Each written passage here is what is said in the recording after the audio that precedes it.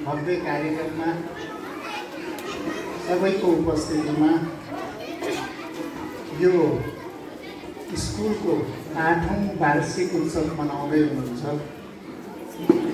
सर्वप्रथम म यो स्कुलको 8औं वार्षिक उत्सवको उपलक्ष्यमा यहाँका सम्पूर्ण व्यवस्थापन रेम्पोचे लगायत म हार्दिक बधाई दिन चाहन्छु।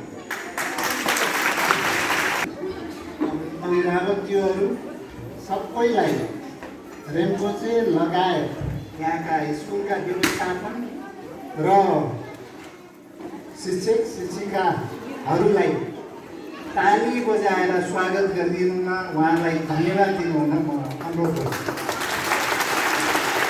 किनकि उहाँले साह्रै ठुलो काम गर्नुभएको छ देशको लागि, तपाईँ जस्ता भाइ बहिनीहरूको लागि। अघि रेम्पोचेले भन्नुभयो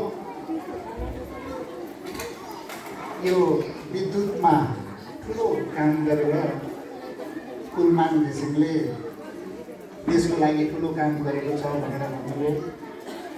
त्योभन्दा धेरै ठुलो काम यहाँका व्यवस्थापकहरू र रेम्पोचेले यत्रो धेरै विद्यार्थीहरूलाई, यत्रो धेरै विद्यार्थीहरूको लागि यो जुन शिक्षाको उज्यालो दिइराखेको छ, यो सबभन्दा ठुलो काम। यो बाहिरको उज्यालो, यो भौतिक उज्यालो भन्दा शिक्षाको उज्यालो सबभन्दा ठुलो हुन्छ।